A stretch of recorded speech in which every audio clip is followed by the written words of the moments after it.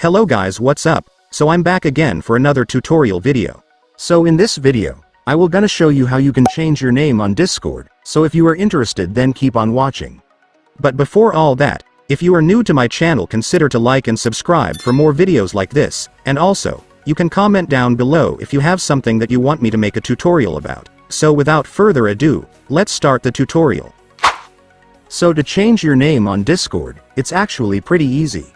So to do that, first, I want you to tap your profile on the bottom right corner.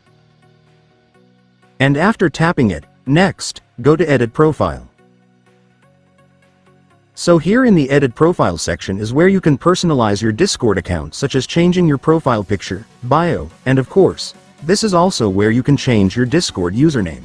So to do that, it's so simple, since if you take a look, you will instantly see the display name option right here. So just change the name depending on what you want. And once you're done changing your username, you can now tap Save to completely save your changes. And then that's it guys, it's done. Congratulations, you have now completely changed your name on Discord.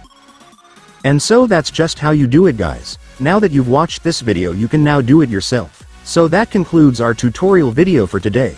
I hope it helped you. Thanks for watching, goodbye.